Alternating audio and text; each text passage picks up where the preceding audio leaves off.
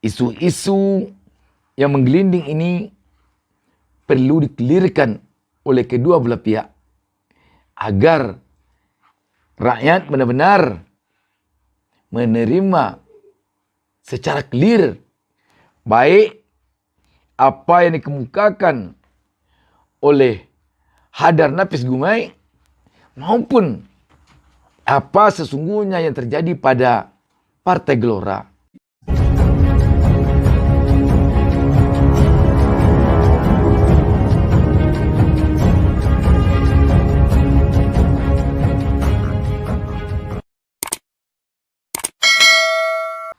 Assalamualaikum warahmatullahi wabarakatuh.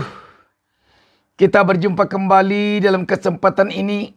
Saya Bustami Narda mendoakan kepada Allah Subhanahu wa taala, Tuhan Yang Maha Esa, semoga seluruh pemirsa selalu diberikan keberkahan hidup oleh Allah Subhanahu wa taala. Sahabat BN, ini sebuah berita yang benar-benar mengejutkan dan mengerikan ini. Benar-benar mengerikan. Tanpa saya ulas terlebih dahulu, saya baca aja beritanya langsung. Gelora.co menurunkan berita di bawah judul Faizal Assegaf _2. Partai Gelora buang aja ke tong sampah. Memalukan. Gelora.co, pegiat media sosial Faizal Assegaf mengkritik keras lolos Partai Gelora sebagai peserta pemilu 2024. Lolosnya partai baru ini menurutnya hal yang tak masuk akal. Dia lantas menuding hal ini sebagai hasil persekongkolan jahat antara Partai Gelora dengan Ketua KPU Hasyim Asy'ari. Hal ini disampaikan Faizal Assegaf menanggapi pernyataan Fahri Hamzah yang tampak marah besar setelah dituding perwakilan Koalisi Masyarakat Sipil Kawal Pemilu Bersih Hadar Nafis Gumai dari Network for Democracy and Electoral Integrity (NEGRIT), di mana mereka menuding Partai Gelora lolos jadi peserta pemilu 2024 karena kedekatannya dengan istana. Faizal Assegaf menjelaskan, Hadar Nafis Gumai CS membawa 4 bukti kecurangan yang dilakukan Komisi Pemilihan Umum KPU untuk meloloskan Partai Gelora. Fahri, kata dia, seharusnya membantah itu dengan data, bukan teriak-teriak di media sosial tanpa ada data valid. Partai Gelora buang aja ke tong sampah. Gelora diloloskan secara curang. Itu kejahatan dan sangat memalukan. Negrit sodorkan 4 bukti kecurangan atas perintah Ketua KPU Hasyim Asy'ari. Anda jadi ragu dan tidak berkutik. Monggo direspon dengan fakta, bukan ocehan sampah untuk nutupi kejahatan. Tweet Faizal dilansir populis.id dari laman Twitternya, Jumat 13 Januari 2023.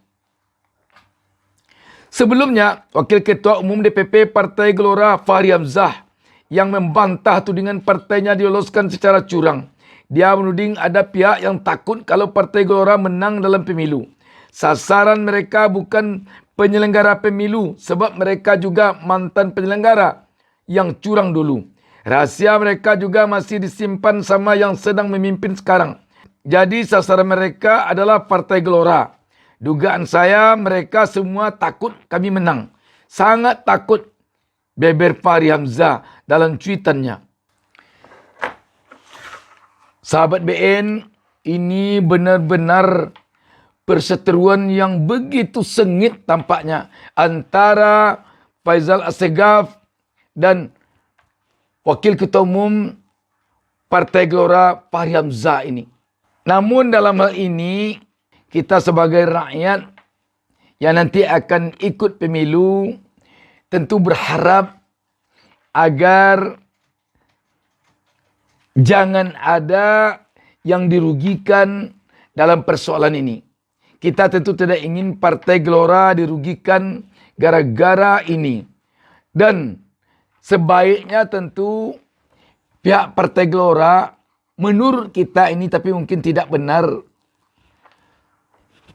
dapat memberikan klarifikasi tentang hal ini. Dan bisa Partai Gelora tentunya membantah 4 bukti yang dikemukakan oleh Hadar Nafis Gumai ini berkaitan dengan lolosnya Partai Gelora baru lalu itu. Supaya nanti clear.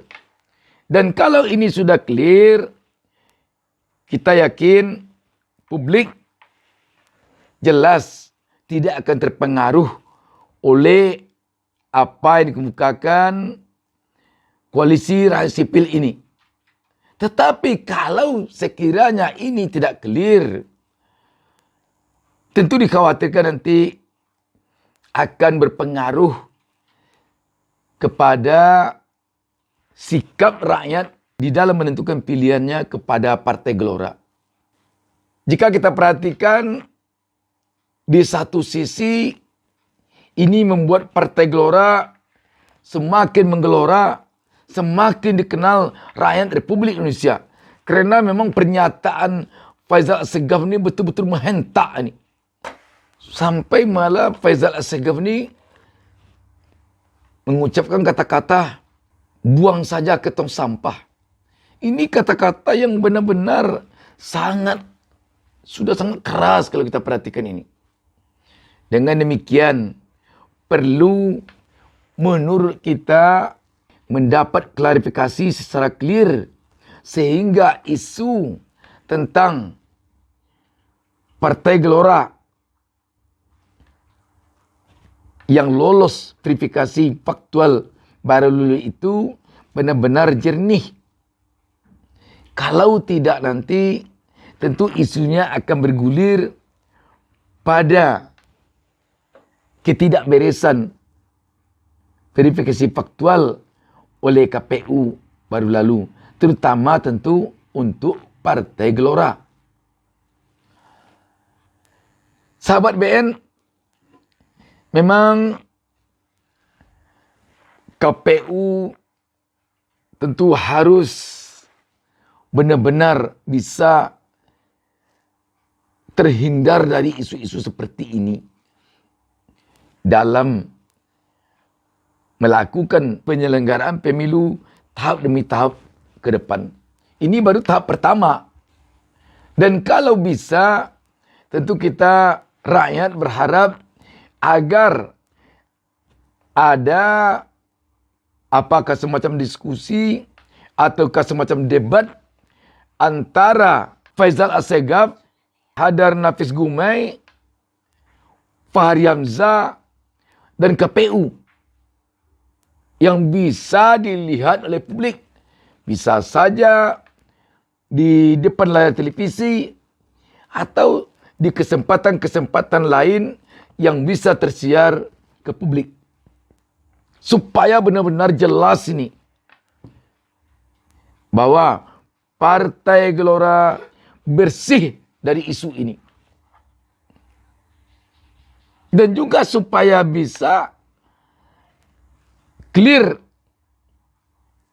bahwa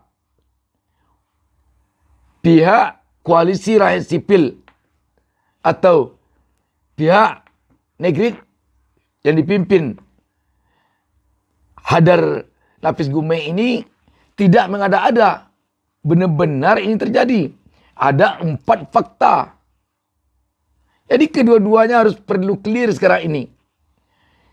Agar pihak Nekrit atau Hadar Nafis Gumai tidak nanti dianggap hanya membual, hanya melempar isu-isu yang tidak benar kepada Partai Gelora.